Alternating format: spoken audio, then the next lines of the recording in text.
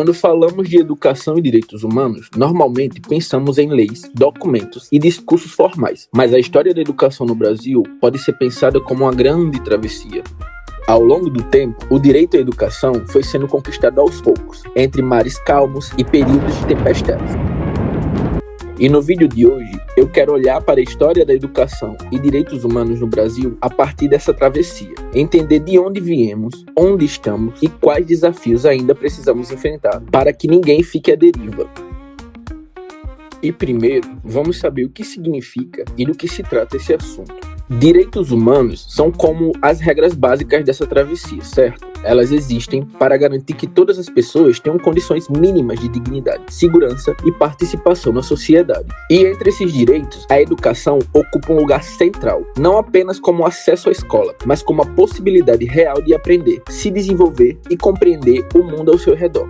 Quando falamos de educação e direitos humanos, estamos falando do direito de não ser deixado para trás durante essa viagem, do direito de ter um barco, um rumo e uma condição de seguir navegando. A educação, nesse sentido, é mais do que um destino final. Ela é o próprio caminho que permite que cada pessoa atravesse a sociedade com autonomia e consciência.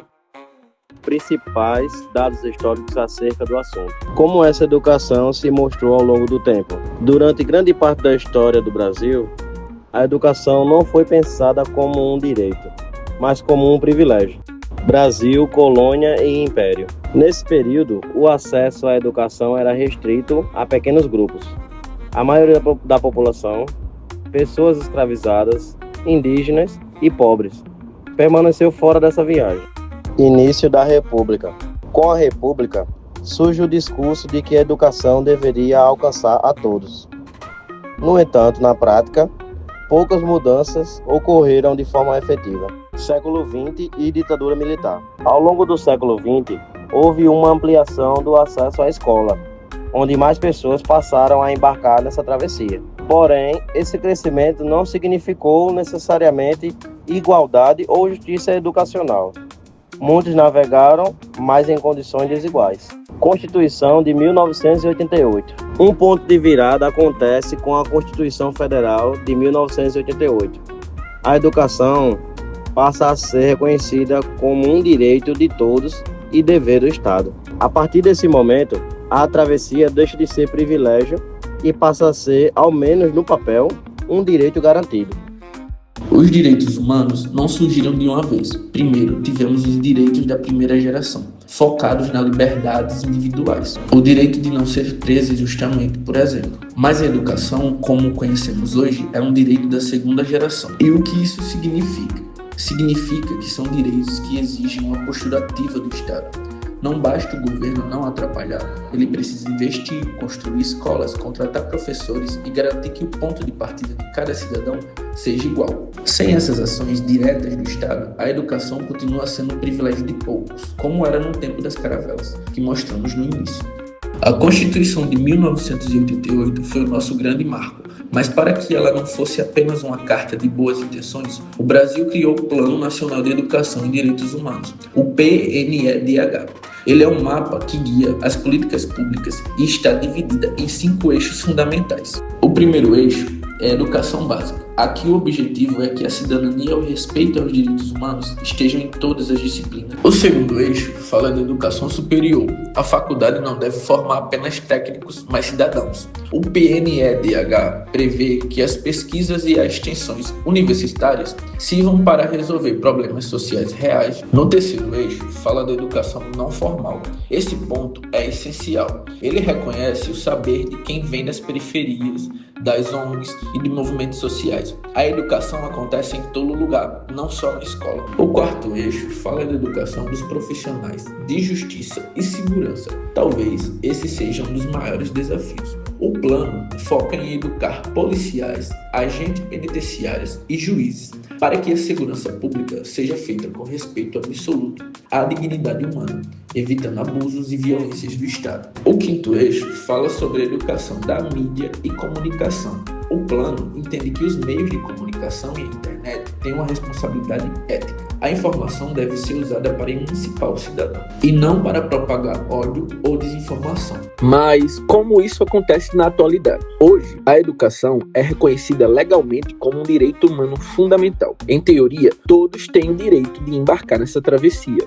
No entanto, a realidade mostra que nem todos navegam nas mesmas condições. Enquanto alguns encontram caminhos mais estáveis, outros enfrentam marés agitadas, falta de recursos e obstáculos constantes. O acesso à escola foi ampliado, mas o desafio atual vai além do ingresso. Envolve permanência, qualidade do ensino e respeito às diferentes realidades sociais, culturais e econômicas dos estudantes. E ainda existe uma diferença profunda entre regiões, entre campo e a cidade e entre grupos sociais. Isso mostra que, embora o direito à educação exista no papel, ela nem sempre se concretiza da mesma forma para todos. Apesar de existir planos e leis, a nossa travessia enfrenta tempestades severas. O direito à educação é violado de forma silenciosa, quando falta merenda de qualidade, quando as escolas de regiões pobres são esquecidas ou quando o discurso de ódio tenta calar o debate sobre direitos humanos. A educação em direitos humanos serve justamente para criar uma sociedade vigilante. Mas será que existem políticas públicas que amparam? Para que o direito à educação não fique apenas um discurso, é necessário que existam políticas públicas que deem sustentação a essa travessia. No Brasil, esse amparo começa pela Constituição Federal de 1988, que estabelece a educação como direito de todos e dever do Estado. Então é a partir dela que surgem leis, planos e programas que funcionam como faróis, orientando o caminho da educação pública e garantindo condições mínimas de acesso e permanências.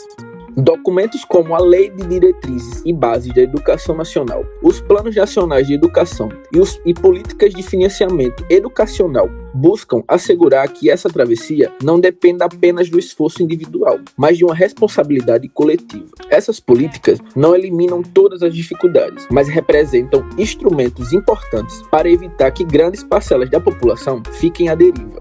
Um ponto fundamental é que a educação em direitos humanos não serve apenas para conhecermos as leis, mas para agirmos como sujeitos de direitos. Existe um conceito chamado educação para a cidadania ativa. Isso significa que, quando uma comunidade conhece seus direitos, ela consegue fiscalizar o Estado. Se falta merenda escolar, como já mencionado no vídeo, a comunidade educada sabe que aquilo não é apenas falta de dinheiro, mas uma violação do direito humano fundamental. Portanto, a educação em direitos humanos funciona como um escudo. Quanto mais as pessoas sabem, mais difícil fica para o governo ou para a sociedade retrocederem nas conquistas sociais. Não se trata apenas de ensinar a teoria, mas de formar pessoas que não aceitam o desrespeito à desigualdade humana. Dificuldades, problemas e êxitos. Mesmo com os avanços legais e institucionais, a travessia da educação no Brasil ainda enfrenta muitos desafios.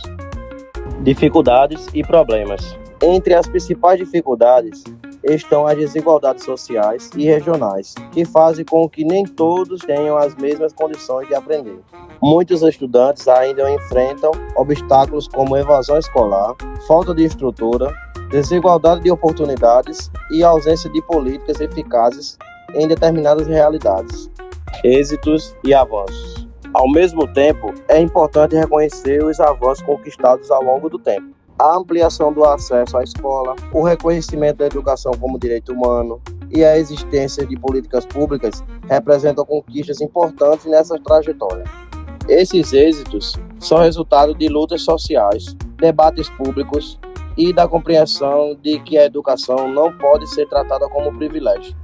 Pensar a educação a partir dos direitos humanos é reconhecer que essa travessia não acontece de forma igual para todos. Ao longo da história do Brasil, muitos ficaram à margem, outros navegaram com mais segurança e alguns sequer tiveram a chance de embarcar. Hoje, embora a educação seja reconhecida como um direito, o desafio continua sendo garantir que esses direitos se concretizem na prática, com dignidade, qualidade e equidade. A travessia ainda está em curso e compreender o caminho percorrido é fundamental para que possamos construir rotas mais justas, onde ninguém precise seguir sozinho em mar aberto. Falar de educação e direitos humanos é, acima de tudo, reafirmar que aprender não pode ser um privilégio, mas um direito garantido a todos.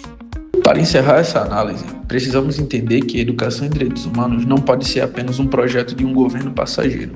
Ele deve ser uma política pública de Estado. A continuidade é o que garante que os eixos tanto da escola básica até a mídia, funcione de verdade. O grande desafio, atualmente, é transformar a cultura da nossa sociedade. Educar para os direitos humanos é ensinar que a dignidade do outro é o limite da minha liberdade. É entender que quando defendemos o direito de um, estamos protegendo o direito de todos. Essa é a verdadeira travessia. Sair de uma cultura de exclusão para uma cultura onde o direito humano seja a base de toda e qualquer decisão política e social no Brasil. Se gostou do vídeo, curte, comenta e compartilha. Lembrando que todo sábado sai vídeo novo falando sobre uma matemática literária.